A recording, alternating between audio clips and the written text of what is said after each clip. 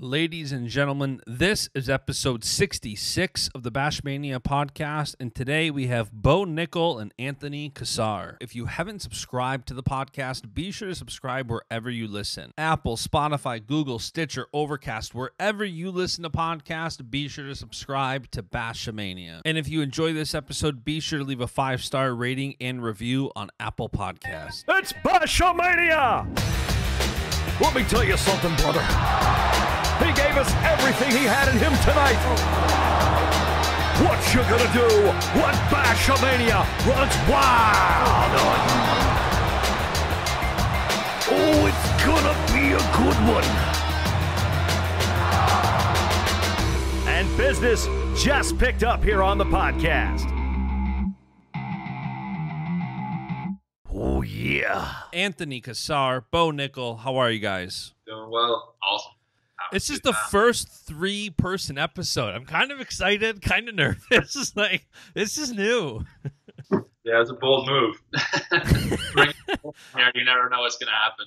Usually can only... Some of the comments, the last time the three of us were together was in Penn State, and some of the dinner comments might not be podcast ready. So this is going to be interesting. But so first note real quick, Bo, we're giving away the Traeger. We're extending it one day to Wednesday, June 3rd, because everything going on today, June 2nd. First of all, that's just wild that we're giving away a Traeger, by the way, because those things are awesome. And I've got NCAA champions texting me yo, so what's your hookup? Where's my grill? And then they see the post of us giving one away, and they're like, what? Oh, I know. I've had so many people hit me up about it. They're like, you put in a good word? I'm like, nah, man. It's random, bro. Trust me. I'm not even handling it. But, yeah, I'm so excited to give it away. Somebody's going to be pretty happy. I know I use mine literally. If in 7 days, I'll use it 5 times at least. So, same. It's the best. I use it every day, even for a second oven. Even if it's okay, vegetables and roasted potatoes are going in, the Traeger to 375, forget the oven. So that's super cool. And you guys are both down in Miami, which I thought you were back in State College. You came home for one day, made a video with an apron with no shirt on, which, by the way, I showed my wife, and I'm like, is this how I should start cooking? Am I okay in this type of shape? I just, I missed it too much. I'm down in Miami, we just got a little stovetop and, cast iron. I was like, I got to get back to grilling. So I just decided to book a flight back up there just because I needed to grill some steaks. And then you came right back down. So how long are you guys down there now for? We're going to be down here for a bit. So definitely. Yeah, we're Miami boys now. How was the travel down there? My wife and I want to get out of New York because it's just brutal here. But one guy I was talking to who was going to rent me a unit at the Fontainebleau was like, listen, just be prepared to wear a mask through the hallways, through the elevators. And I'm like, ooh, that's not really a vacation. But how is it when you guys were traveling down? It was easy. We left we got here a month ago. Just had to wear masks the entire time. But the plane was decently crowded and it's a pretty smooth flight right down here, and we've been here ever since. Was the mask okay on the plane the whole time? That's another fear I have, because I don't wear a mask at all. I don't go anywhere. I just stay home all day. Traeger. Yeah. It wasn't that big a deal. We're just, after a little bit, you kind of don't really even notice it. Around here, they're requiring masks and stuff in public places, grocery stores and whatnot. But at this point, it's just kind of normal now. Yeah. And you guys are roommates back home, right? Yeah.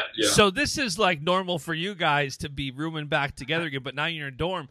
But so going back to the beginning of why you're even going down there. So, Bo, you signed with Top Team with first-round management back in November, and then now Anthony's with his toothpick on Instagram saying he's signed too. What led to that? What happened there? Well, he signed, and I heard some good things about them, so just wanted to come down and see for myself and hit it off really well with them off the jump. They seem more like Jersey guys to me than Miami, so I guess the two places are more similar than I thought. But yeah, they're just good guy go-getters, and I liked everything that I was hearing from them. So I think that they're gonna get me the best deals and get me the best fights and do well by me while I just kind of focus on being the best in the world. So it's going to be a good relationship. And he's one of the top promoters and managers in the sport. Like, he's obviously got to have confidence in really both of you to sign a deal before you've ever done an MMA fight to say, I want both of you guys. Is that the expectation going in? Like, listen, and obviously if I ask you guys, you're both going to tell me, I'm sure you're confident you're both going to be stars, but like, is that the expectation for yourself? Like, transitioning from wrestling to MMA, you're going to be a star in the sport? Yeah, I think the wrestlers have just like proven it, especially recently, that the transition's been successful. Most of the champions have somewhat of a wrestling background, so I think that the gyms and the managers and like the MMA community is realizing that, and so that's kind of like testament to what Malki and First Round see in us. And how much for you, Anthony? How much did Bo signing with them and Bo transition to MMA or transition to MMA? How big of a role did that play for you wanting that same career path? Like, I know you've wanted to do MMA for a while, but I mean that had to make it so much better when one of your closest friends goes that route too. Yeah. I mean, off the jump, I was like, I'm most likely going to sign with them if Bo trusts them. I most likely am going to trust them. And then once I got a feel for them myself, it was a pretty easy decision. And so far for both of you, I mean, how has the transition been? Even though you guys are both still, which by the way, I reshared your post yesterday that you signed with an MMA agent, and everybody's freaking out, like, so much for the trials. Like, no, he's still wrestling. Like, so for everybody listening who's worried, like, both of these guys are still wrestling through the trials. But as you guys start to transition to MMA training, how different is it from your wrestling training? It's really different. Like, I mean, the way that MMA is such a new sport, right? I mean, wrestling's been around for thousands of years. MMA has been around since the late 90s. So, it's really in its infancy. And the way that they train, it's like, I honestly feel like year to year, even month to month, it's changing. Like the idea of like how to train, and like people are still figuring that out. So like, it's really cool to be at a gym where the coaches and the guys here have so much knowledge. Like a lot of the guys here have been part of MMA since its infancy, and so they've seen it grow as a sport, and they're able to like give us good guidance and direction here at American Top Team. But like as far as like comparing it to wrestling, it's pretty different. I think like intensity wise and volume wise, like it's a little bit lower intensity, so you can train for longer. You have like a little longer training center. Yeah, it's not hard on your body. You're not hunched over in a stance for hours on end. So it's a little bit it's more volume, I would say, and there's a lot more things to work on, because you got to know, obviously, wrestling, you got to know jiu-jitsu, you got to know boxing, kickboxing, and so there's so many different things to learn that, like, right now we're just, like, putting in a ton of volume and a ton of time into just learning, like, all those different martial arts, and, it's how they transition to MMA and how to, like, combine them together, but it's a lot of fun for sure. And are you guys confident as you start doing things like, I know, Bo, the last time you even came on this podcast, you were talking about how you've been sparring a little bit, hitting pads, and Anthony, I don't know how much you've been doing it, but how confident are you guys where you're both NCAA champions, you both have had the utmost success in wrestling? That gives you a lot of confidence. In MMA, when it's something different, like jiu-jitsu or grappling or getting punched in the face, which is the biggest one I don't want to do in MMA, like, how confident are you as you start to train in something new like that?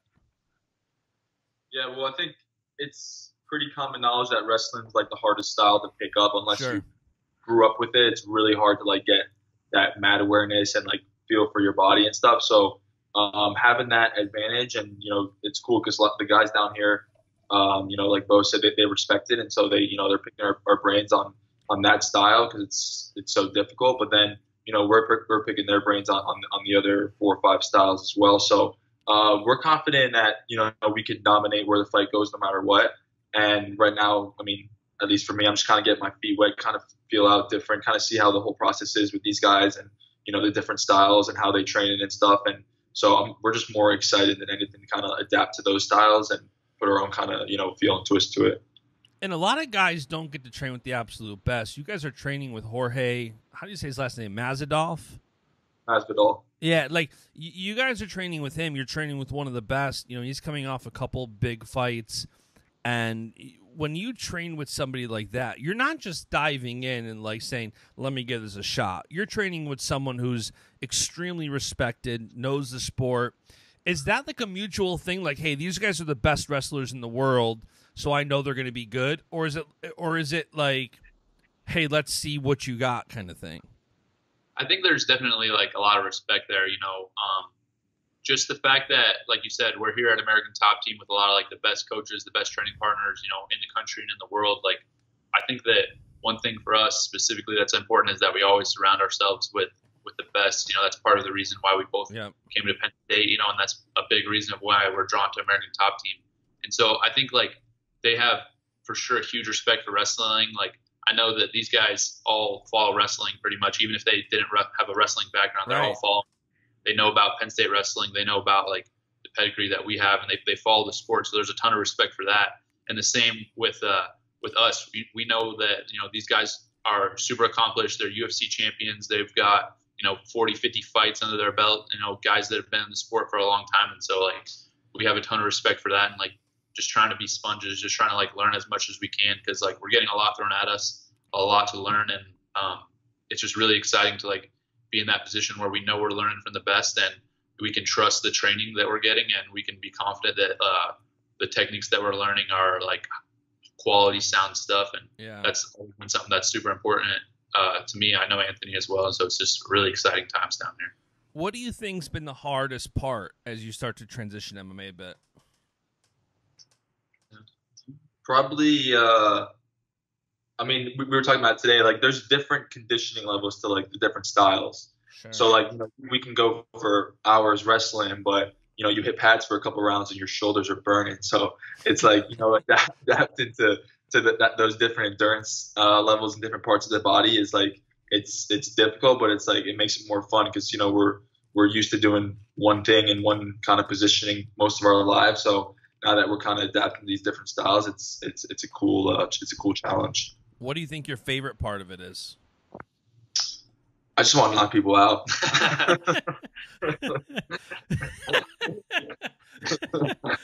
Are you guys actively sparring with each other? No. We're just kind of messing around with other people. Yeah. How long until you guys try to spar each other? Once we actually know what we're doing. Yeah. So not like walking out there without an idea of what's going on. Do you guys wrestle together at all when you're there? Like, are you like, even though you're MMA focused right now, you still both want to make the Olympic team next year? And I've heard a lot of great perspective on it, where it's like, look, you have another year in essence to build your resume and build your skill and continue building. And I know you guys both want to be Olympic gold medalists. How much are you still training on the wrestling side to try to, I don't want to say improve your game because you guys are at the top level, but you both want to try to continue to get better. How much are you training on the wrestling side too? We've mostly been doing like MMA wrestling, so it's like a little different. It's not like freestyle or folk style. We've mostly been doing just like, there's a lot of guys in here that they call it like grappling or like, wrestling on the feet, and then it's kind of like jiu-jitsu on the mat. So like, it's not like sport jiu-jitsu where you're pulling guard and stuff, but like once you get to the mat, like you're doing chokes. But so we haven't been doing a ton of like wrestling specific stuff, but it's like it's more specific to MMA. But I think that just opens up a whole new door, and it lets you be creative. And I think a lot of the things that we're learning here are going to transition over to freestyle and stuff. And so like, we're not necessarily training freestyle, but I think it's good to like be open-minded and be able to learn things and be able to like get different looks that we haven't really seen, or, things that we haven't thought of from when we're training wrestling specific for freestyle. But, it's so not too much specific freestyle stuff, but still wrestling a lot, getting a lot of mat time in. Yeah. And everything was shut down back Penn State, Jersey, all that. So, we came out here 4 weeks ago. It was like, this is better than nothing. So it was either back there, lifting and doing all that stuff. You don't have a problem with lifting, though. I mean, let's be honest.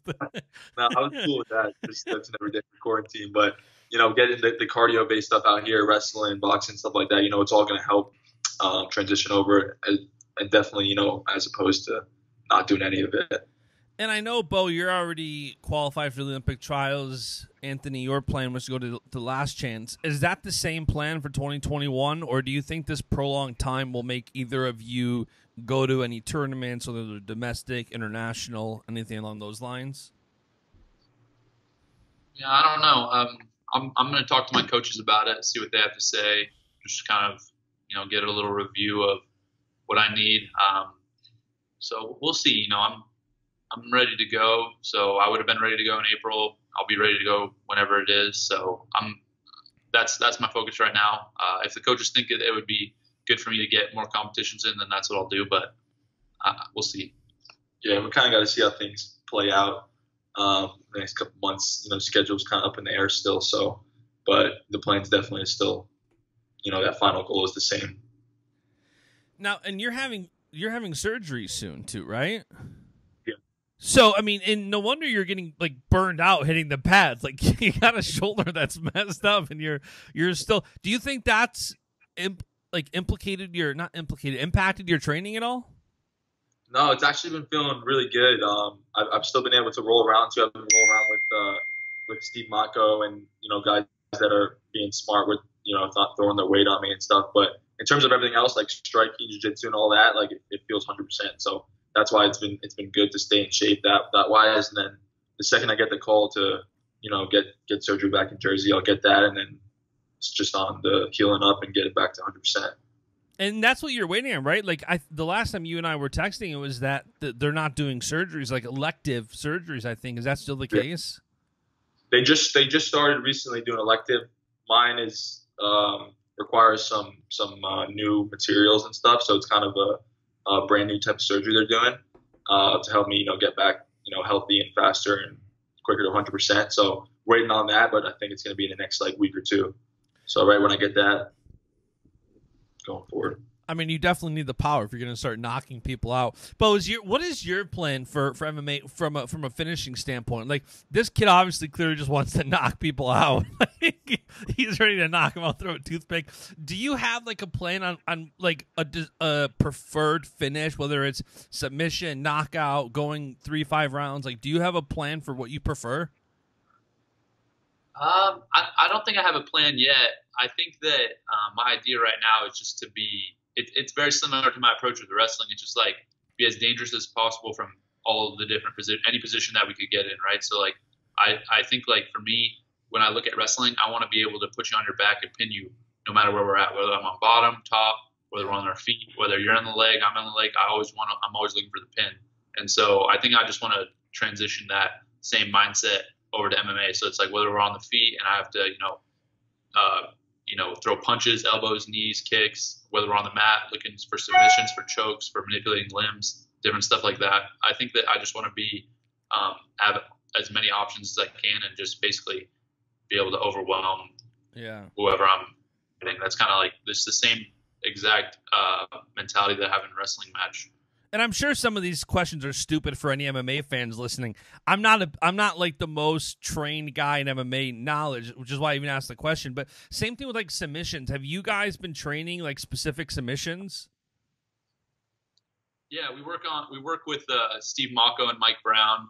They coach the grappling here. There's a few other grappling coaches, but we've been working specific submissions, techniques, stuff like that with those guys. They like to. Their focus mainly is MMA specific stuff. So they're really MMA coaches. They're not necessarily jiu-jitsu coaches, but they're teaching us a lot of good stuff that works in MMA. And Mako, is he top team? What's his connection to the gym? He is top team? He's the wrestling coach here. Okay, got it. And from a standpoint of, going back to the differences, is there things that are easier for you guys learning as you transition? Is there things that wrestling has made it a lot easier to transition because of X, Y, or Z? Yeah, I think obviously when it comes to jiu-jitsu, getting your opponent down and then kind of some of the scrambles and it's really what I've been learning is being careful of exposing myself in certain scrambles and takedowns, but there's so many areas that you could submit someone else or put them in danger based off of your wrestling. So that's definitely an area that's we're coming in with in some way. Yeah, for sure. I think the thing that people have told me is when you're on the feet, this person that you're fighting has to be aware of the takedown all the time, right? So, whether or not you're going to take them down, they're just still threatened by that, right? But like if we're going in, we're fighting somebody, I'm not worried about this dude getting on my leg. Like he's not taking Right. So, that's just an extra thing they have to worry about. And really, we control where the fight happens. So like if we don't want this to, let's say we're fighting a guy that's just a striker, it's going down to the mat. Let's say we're fighting a guy that's huge jiu-jitsu base, he's not taking us down. So like wrestling really controls where the fight happens. And so that's like just such a big advantage when you're determining whether you're going to be on the ground or on the feet, and you can just really play to your strengths in that way. And you see a lot of wrestlers right now having a lot of success in all of the different organizations. You see Lance Palmer winning these $1 million tournaments year after year. You see guys in Bellator, UFC. Do you guys have a preferred organization you want to fight in, or is it where you're going to get the best fights, the most money, and whatever your management kind of says, hey, go do this? Yeah, I mean, off the bat, it's gonna be where the money's at, and then from there we'll kind of pick and choose. But there's been, like you said, there's organizations kind of sprouting up that have been challenging the UFC and doing good things. So there's more options now than there were 10 years ago. Yeah. Obviously, like really we want to be in the best organization where you're the true best in the world. But there's also financial impact on that too. So we'll kind of go from there and go with the guys that have experience in the industry. And to that aspect of the financial aspect of things, MMA, a lot of the reasons people say they want to transition from wrestling to MMA is because of the platform it gives you. Not only to put your character on display, you can impact more, you can have a bigger reach, but you also can make more money. You can have a bigger platform. To that degree, have you guys been preparing on the business side for building your brand and preparing like, hey, there's more opportunities. There's more potential partnerships. Bo, I know you're building a gym in State College to try to have that avenue going. Are you guys also focusing on the business side of building your brands and setting things up to kind of build yourself up in the future? Yeah, I think it's hard because at the end of the day, the only reason I'm gonna transfer to MMA and is because I want to fight. I don't really care about the money, the platform, this and that. Like I could stay wrestling and make plenty of money. Same sure. thing. NCAA champions, you pretty much are set. Like you can get coaching jobs, and just with the people that we are and the knowledge that we have come from Penn State, we could stay wrestling and make plenty of money the rest of our lives. Like it's not really an issue. I think that for me, I just want to fight, and so knowing that there is a lot of money in MMA is, I think to me, it's just really surrounding yourself with the right people business wise. And that's part of why we signed with Malki and First Round Management, is because those guys can really help us out in that area. And I know that for me and Anthony we're both interested in real estate, and I'm starting that gym. So just kind of planning and preparing at this point. Don't really have those checks to cash yet, but hopefully soon. And at that point they're coming for sure. And so once we cash those checks, then it'll just be, being smart with it and falling out a little bit and investing a little bit. and I don't, and yeah, I know, because when you were in Vegas, I remember when you won craps and you hit up the mall right across the street. I remember that, but it's like, and I, from a money standpoint too, I don't even say it from a standpoint of course you can make good money in wrestling. There's a lot of coaching jobs, but it does open a lot of doors from even being able to do multiple taking different avenues. Like Lance Palmer, I think, is a great example where he's fighting and he's winning $1 million paychecks, and then he's cutting lawns on the side, doing a landscape company and wanting to get involved in real estate and so many different things. Do you think about different things like utilizing your personal brands? Like Anthony, I know you were kind of late to the Twitter party. You deleted your account or something, right? And then you just rejoined? Pictures, and that's kind of where my money's at. So the Instagram boy. But by the way, anybody listening, go follow Anthony, because his following is growing slowly. He doesn't really tweet too much, but I think it's only going to increase. MMA is just, the audience is wild. I don't know if you guys have started getting the fans, but I see if you look at the wrestlers who are in MMA, you look at like the Ben Askrens and different guys, Pico, whoever, you see their audience starts to get to that. They're not like there's a lot of respect in wrestling. Like, hey, you're one of the best. It doesn't matter how good you are in MMA. Like, there's guys who are so good and they get crapped on just because that's how MMA fans feel today. Have you guys start to receive any of that yet? As you start getting like publicity, like first round saying, "Hey, Bo, we signed Bo. Hey, we signed Cassar." I think like I've mainly been getting a lot of positive reactions, so I'm sure the negativity is coming because I have seen, it seems like MMA fans are a little bit more polarized. They either love you or they hate you. It's kind of like, in college wrestling at some point, like with Iowa fans, Penn State fans, Ohio State. But I think that the difference is truly at the end of the day, a real wrestling fan has appreciation for good wrestling no matter where that person's from. Yep. Bottom line, like I've had fans from other schools, say,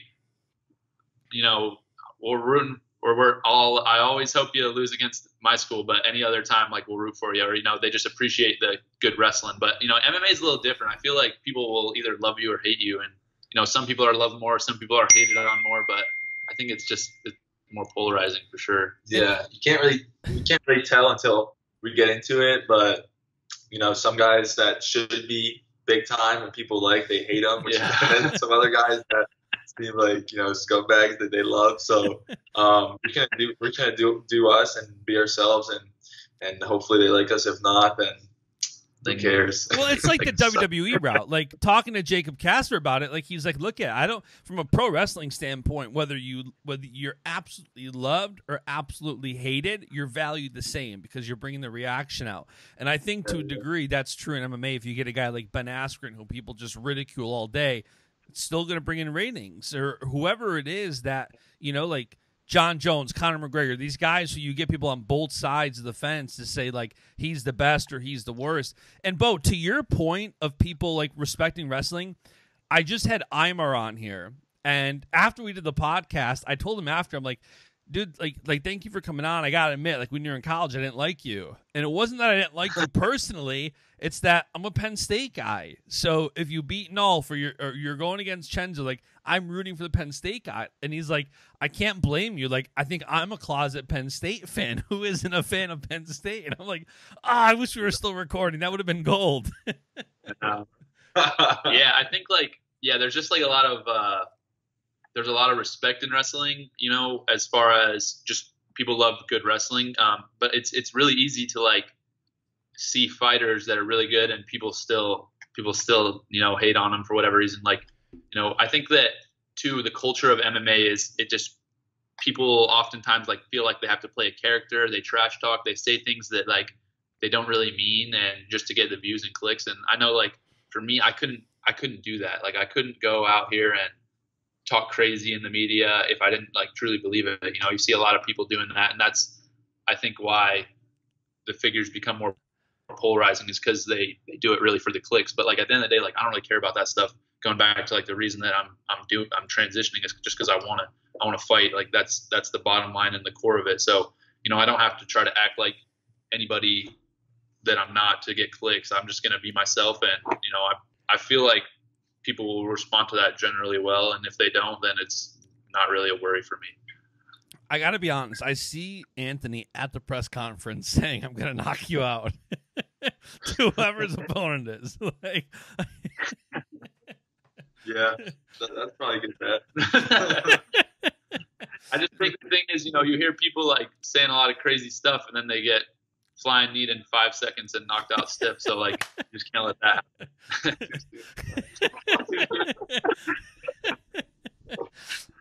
I love it. And to that effect, like when you guys are starting to transition now, and there hasn't been that many fights yet. Like, we're still dealing with this whole quarantine stuff, and they're just now starting to fight. Does it elevate your fan status from like watching fights and how much you guys are? Clearly, you guys have both been wanting to do this for a while. It's nothing new. It's not a surprise. So you guys have both been MMA fans. But as you start to train and as fights start to play out and happen, Does it elevate you guys watching it from a fan standpoint, saying that makes more sense? I like this. I want these two guys to fight. All that. Yeah, and that too. And then I'm definitely gaining like more appreciation for like the little things like that I don't usually like notice in a fight, or that I know that like hurt now. That I see someone like throw a leg kick or something. I'm like, oh, that hurt. You relate to it. Yeah, and then and we're also hopefully we get some more like inside information, help our betting game a little bit. Yeah, put those bets up and down a little bit. Hey, if you guys have any inside info, please text me. You can text me from a private number if you don't want to be known. Just I don't care. But if you guys have inside info, I mean, send it my way. I think it definitely makes it a lot cooler, like knowing the guys personally and seeing them go out there. You know, like being like it's the same as like when you train with a teammate wrestling, you like really want to support them and be there for them, watch their matches, follow them, stuff like that. Like, you know, it's going to be cool. Like when we get to train with all these great guys, you know, these awesome dudes, and then watch them go out and fight, you know, we'll have more of a vested interest in it. And, you know, it's definitely like great to be a part of an awesome team like this, where we have tons of awesome fighters. You know, it's really like a solid team environment here at ATT. So, you know, I think that's going to be cool once we get to see like the guys that we've been training with go out and fight. You know, it's exciting. And Bo, I know like in our conversations, I know how business driven you are and how business minded you are. Has this training down in Miami given you more of a vision for the gym and State College? Yeah, it definitely has. You know, we got our architecture plans. I got them over email, confirmed them. Got to check them out. You know, so I'm super excited about that. You know, I've been dealing with a few different things business-wise that I think that will be good for the gym, and just seeing how things are run down here is really awesome. You know, just being able to like kind of see this is a 45,000 square foot gym. You know, I don't even know how many members, but you know, just kind of seeing the professionalism here and how they run it, and just kind of being able to take that knowledge and information and transfer it up to the gym and be able to, you know, put out a great product. I know we're going to have classes available for the public once we open up. And then my focus primarily will be like getting the fight team together. You know, I want to get about like 10, maybe 15 guys that are training full time at that gym. Just guys that, you know, have the same mindset as Anthony and I, and be able to just basically have like an NLWC, but for MMA, you know, just be able to just kind of over. I think that the vision for the gym is really in the next 5-10 years to be the premier gym in the country. You know, not just a good MMA gym, not just, you know, an MMA gym that produces good fighters, but truly like the premier gym for all of MMA, where if you are fighting out of that gym, you're just a hammer. And so that's kind of like the idea that I have and what I want to bring to the gym and State College once we get it rolling. Do you have wrestlers in mind right now from the NLWC that you want to join or that have expressed interest in really pursuing that? Oh, absolutely. I mean, I think that like the core base, we have Anthony and I, obviously, another guy that was a Penn State guy for a couple years. He ended up transferring to UPJ, being winning the nationals at UPJ, is Cody Law. He's down here training for us. You know, we'd love to have him up there. We have a bunch of young guys that have interest in MMA, Aaron Brooks, Kirk Fleet, Carter Starachi, all those dudes. Beksad, Abdurrahmanov, he has like... Beksad wants to go MMA? Beksad has like 10 professional fights. People don't know that. Does he really? He's like already like has been fighting like, you know, for a while. Ben Provisor. So like we already have like a super solid group of guys that are interested in fighting. I've been trying to talk RBY into it. You know, he's a little too pretty. He doesn't want to get socked in the eye or anything like that. So once those guys get done with college, they'll have a place to train. It'll be an easy transition for them. That way they don't have to move their life all the way across the country or anything. They can, you know, stay in State College with people they trust, people they know, you know, because that's what I want for the gym too, is for a place where, you know, guys can go. They know that there's guys there they can trust. They're going to get the best coaching in the world and the best training partners in the world.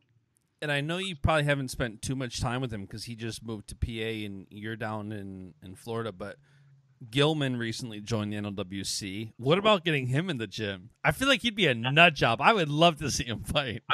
I want Gilman and Zane. I want them both fighting. Those guys are freaking animals. So, you know, we'll see. I know they have established solid wrestling careers and haven't expressed too much interest in fighting, but I've been talking to Zane about it a lot. I'm like, dude, let's get you one fight. Like, come on, you got to get in there. And Gilman's the same way. Those two dudes are savages. So I would love. What does Zane say about it? He's just like, I don't know. He doesn't really give me a straight answer. He definitely doesn't really want to fight, but if the money's right, then the money's right. I feel like if he's a guy who'd love to impose his will on someone, that's a MMA fighter, like their definition.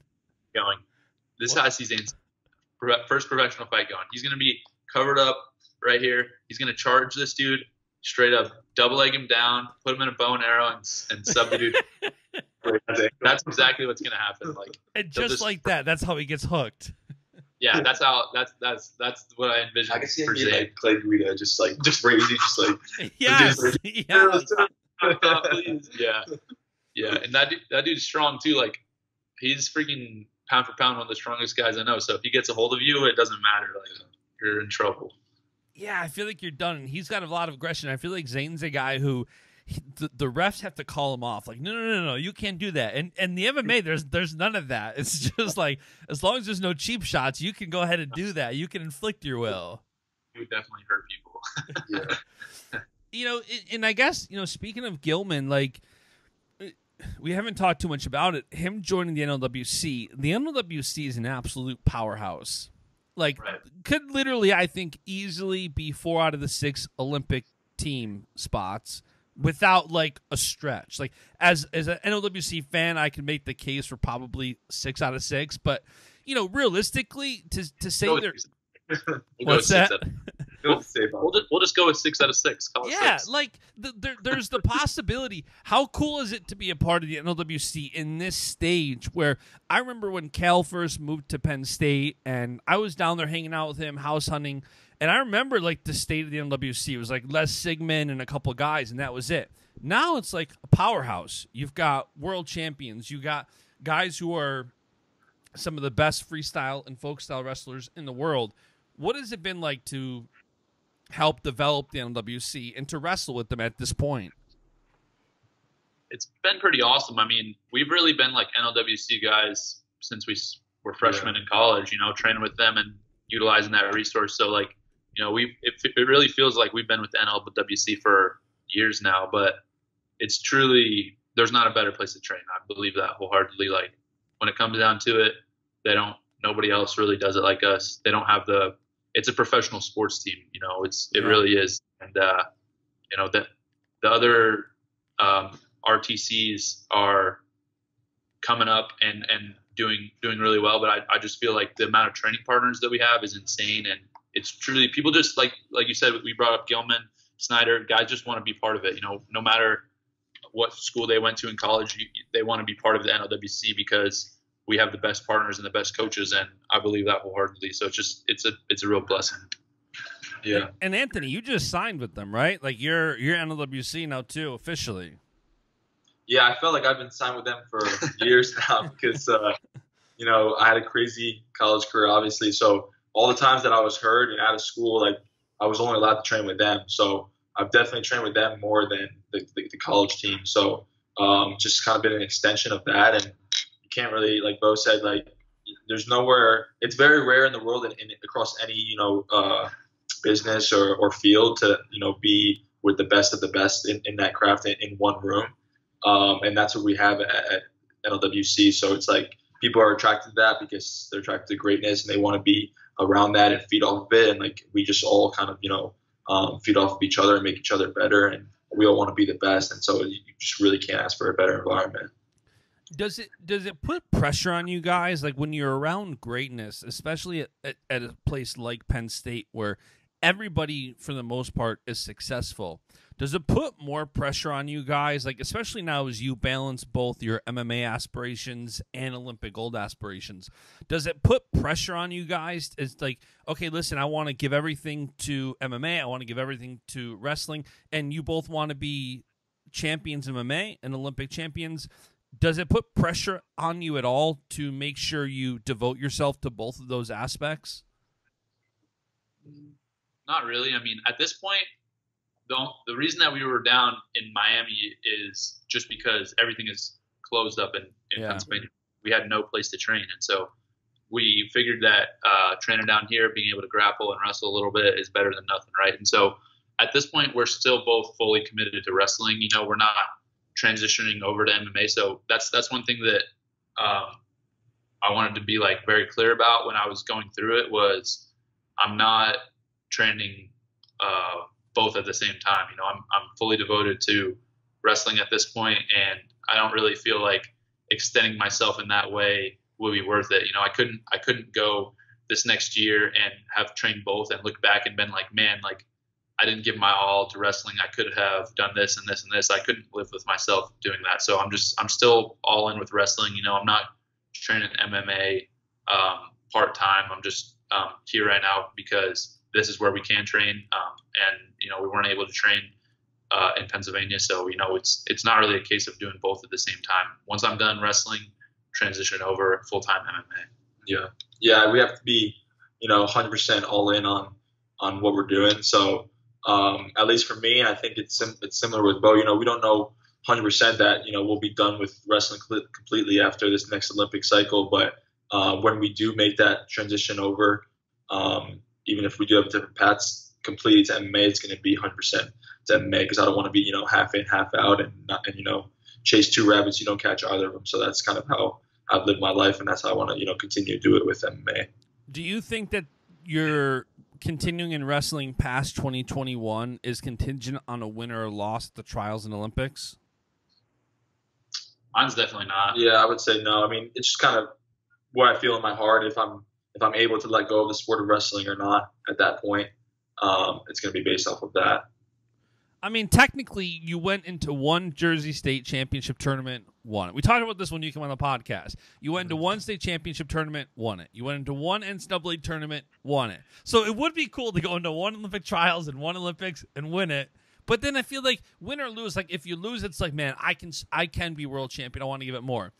But at the same time, if you win, it's like, I'm an Olympic champion now. I don't want to stop. Like, did that factor into the contracts at all as you start to sign? Like, not many wrestlers have contracts with MMA managers. Did that factor in, like, having the flexibility to still do what you want? And if you're still hungry for more wrestling after 2021 to be able to do that? Yeah, I think, like, with the contracts, our manager is very cool about, like, he's not like, hey, this is the hard date. Like, you have to have your first fight by then.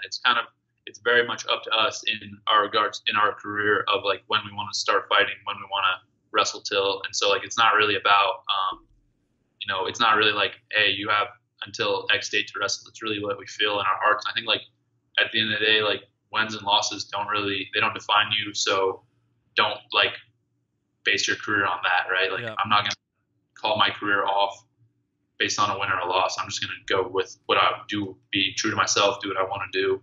And, handle it that way.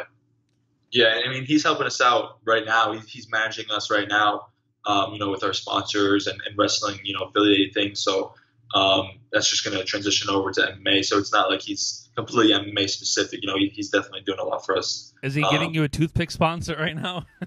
We're working on it. I mean, if he hasn't, what is he doing? But so I guess last thing here before I let you guys go, you know, the last like 4 or 5 or 6 episodes, I've been hearing some hilarious stories. I've been ending this podcast with just funny stories that have made me laugh and the audience laugh.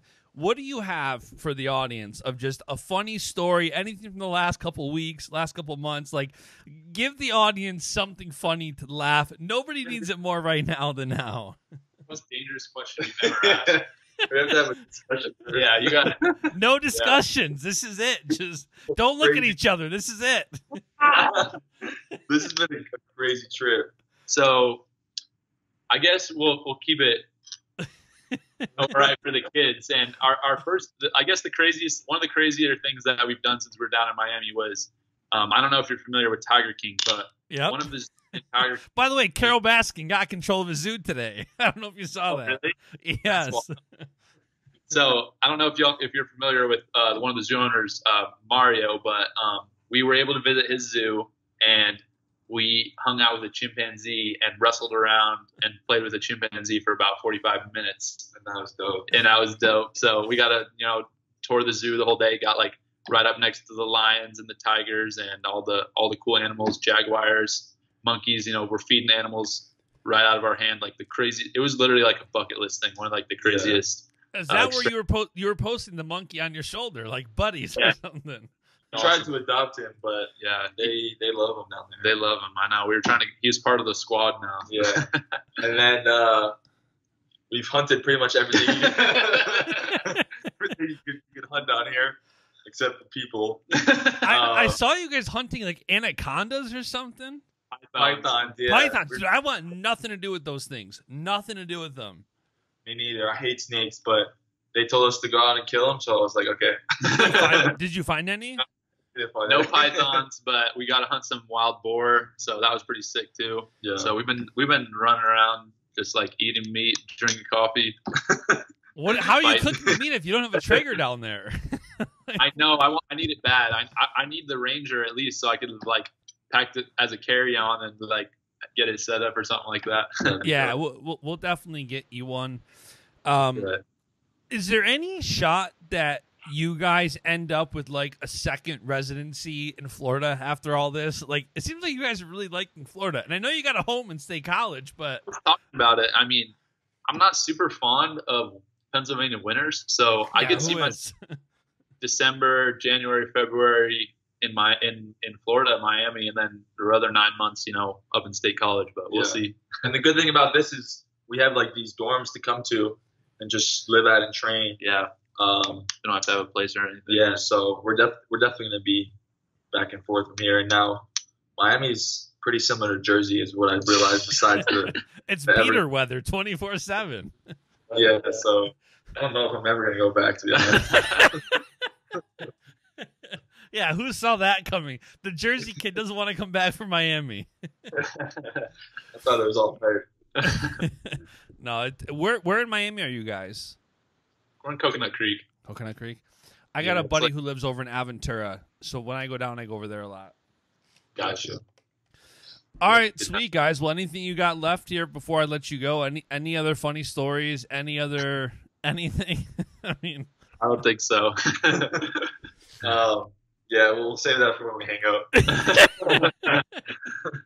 I love it. All right, guys. Well, listen, thank you for coming on, and you'll both have to come back on and give an update to everybody pretty soon here. Absolutely. Sounds good. Awesome. We'll talk to you guys soon. Peace. And that is it for today's episode. Thank you so much for tuning in. I hope you enjoyed this conversation as much as I did. If you did enjoy this episode of the podcast, be sure to leave a 5-star rating review on Apple Podcasts, and be sure to subscribe so you don't miss out on more episodes. For more wrestling content, be sure to follow BASCHAMANIA on Facebook, Twitter, and Instagram, and follow me. I'm at JBash on Instagram and at JustinJBash on Twitter. I'll be back with another episode shortly. See ya. And the beat goes on. Beat goes on. Beat goes on. Beat goes on.